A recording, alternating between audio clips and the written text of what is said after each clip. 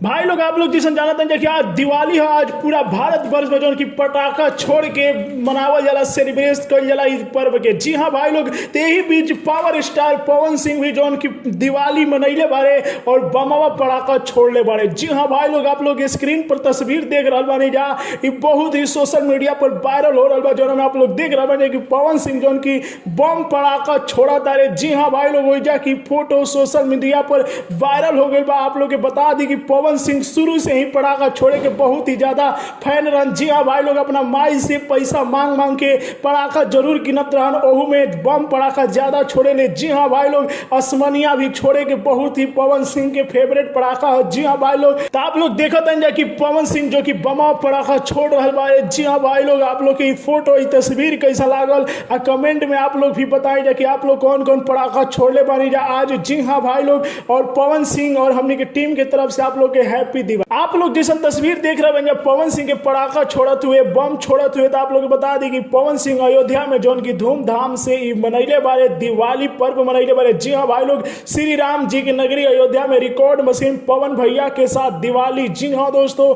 बहुत ही लोग जो कि पवन सिंह के साथ दीपावली मनाए और उन्होंने बहुत ही अच्छा महसूस किया। जी हाँ दोस्तों।